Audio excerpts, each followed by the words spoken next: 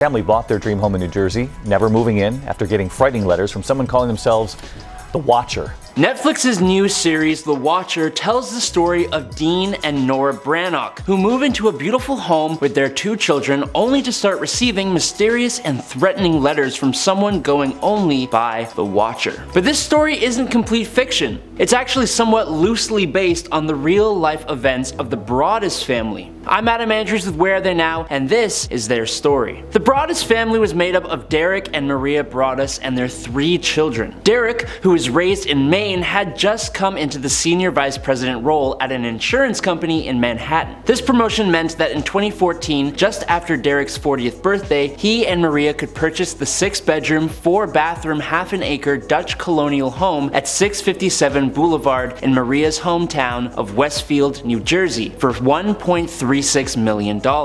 Westfield is ranked as the 30th safest town in America in 2014 by Neighborhood Scout, perfect for a well-off growing family. This house was their dream home, and they quickly began renovations about 3 days after they had closed on it. But their dream home began to lose its luster very quickly when in June of the same year, as the couple had just started renovations before moving in, a letter arrived in their mailbox addressed to the new owners. It was late at night around 10 p.m. when Derek, who was alone at the time, found and read the letter that arrived in a white envelope with thick handwriting on the front, and the letter inside that had been typed read, "Dearest new neighbor at 657 Boulevard, allow me to welcome you to the neighborhood. 657 Boulevard has been the subject of my family for decades now, and as it approaches its 110th birthday, I have been put in charge of watching and waiting for its second coming. My grandfather watched the house in the 1920s, and my father watched in the 1960s. It is now my time. Do you know the story of the house? Do you know what lies within the walls of 657 Boulevard? Why are you here? I will find out. I see already that you have flooded 657 Boulevard with contractors so that you can destroy the house as it was supposed to be. Tisk tisk tisk. Bad move.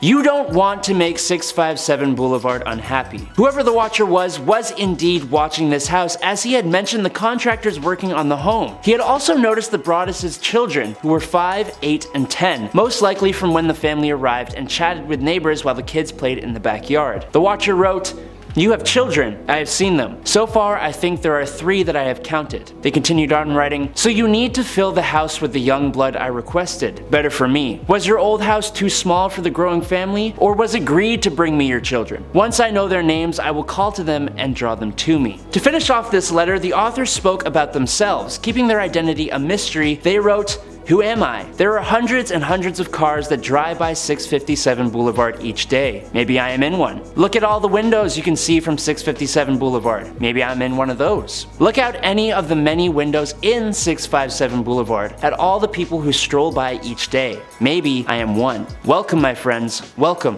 Let the party begin.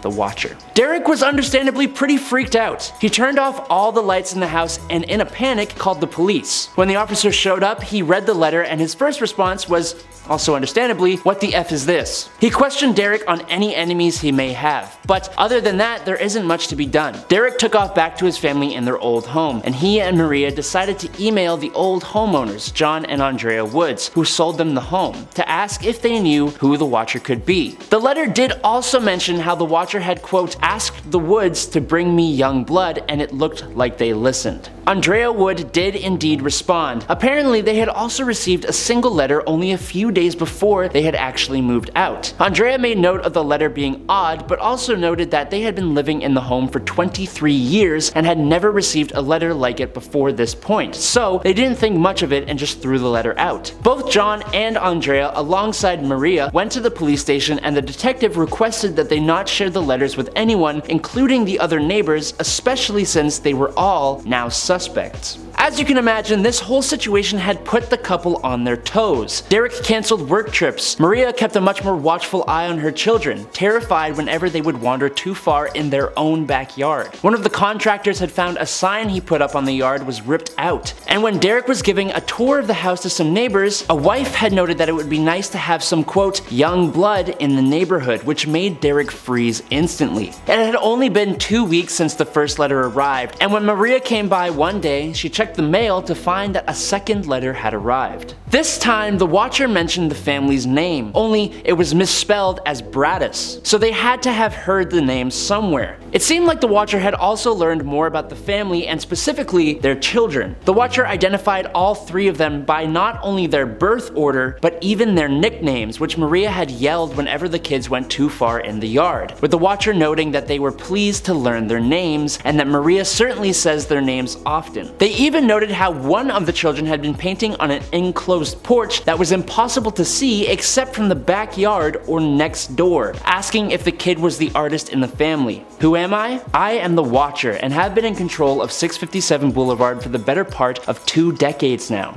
The Woods family turned it over to you. It was their time to move on and kindly sold it when I asked them to. I pass by many times a day. 657 Boulevard is my job, my life, my obsession, and now you are too, Broaddus family. Welcome to the product of your greed. Greed is what brought the past 3 families to 657 Boulevard, and now it has brought you to me. Have a happy moving in day. You know I will be watching. The kids were no longer brought to the house, as you can imagine, and Derek and Maria began to reconsider whether or not they were even going to move in at all, which prompted a 3rd letter asking where they have gone to. As for the investigation into these letters, one neighbor became a suspect, Michael Langford. The Langford family were made up of several children and their elderly mother, Peggy Langford. The Langfords also happen to be one of the only families around who have been in their home since the 60s. Michael was the adult son of the family and was described by other neighbors as a Boo Radley type, referencing To Kill a Mockingbird. The Langfords also happened to have a great vantage point of 657, and Michael's father had died 12 years earlier, which lines up with the timeline the Watcher had given.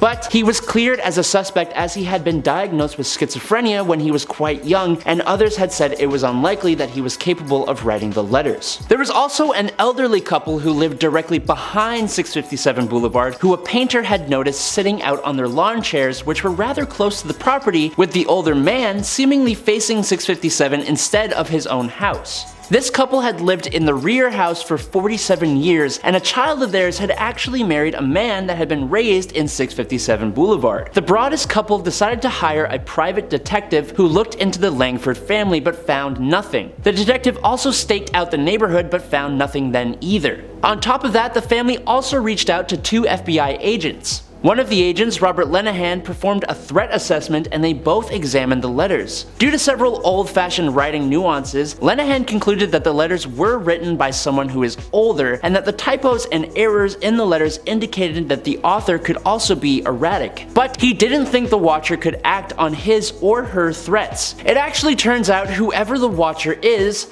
they are likely a woman. Investigators found DNA on one of the envelopes, and after analyzing it, they determined it belonged to a woman. Now, Abby Langford, the sister of Michael, became a suspect, but after cross-examining DNA, she was not a match and was deemed innocent. So we know that the Watcher is more likely a woman, but that could also be only partially true. What's interesting is that after the 3rd letter, the Watcher remained silent for 2 years. Derek and Maria didn't move into the home. Instead, they stayed with Maria's mother and also at a friend's beach house while they paid the mortgage and land taxes. In 2015, they had decided to sell the home, asking for more than they got at $1.5 million, but were not able to find a buyer, especially as the story of the letters had become a bit viral by this point. The couple also tried to get the home torn down in order to sell the land to a developer, but it was not approved by the township. Instead, the couple decided to put the home up for rent. 2.5 years after the first letter showed up, the 4th letter arrived when another family rented it from the Broadduses. For attempting to have the home torn down, the Watcher seemed furious. They threatened revenge, saying in their 4th letter, maybe a car accident, maybe a fire, maybe something as simple as a mild illness that never seems to go away, but makes you feel sick day after day after day after day after day. Unfortunately, the renter could not cover the mortgage, and in October 2017, Derek and Maria again listed it for sale, this time lowering the price to $1.13 million. The listing was removed the following year in April 2018. It was again listed for sale in March 2019 for $999,000.